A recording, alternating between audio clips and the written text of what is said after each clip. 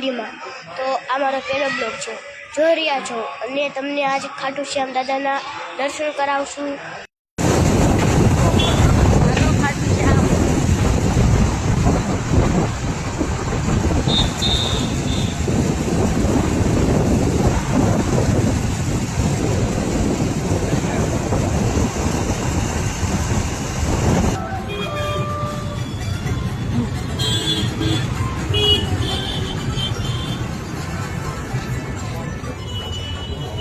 તો છે આ મંદિર આવી ગયું છે, તો જોઈ રહ્યા હશો તમે.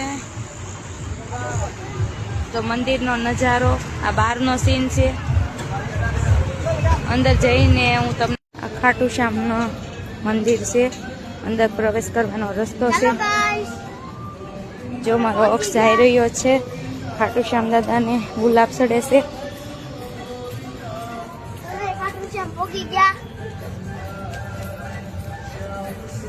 તમે જોઈ રહ્યા છો, અમે ખાટુ શ્યામ દાદાના મંદિરે પગી ગયા છવી, અને અમારી મમ્મી છે, અને આખું ખાટુ શ્યામ દાદાનું મંદિર છે.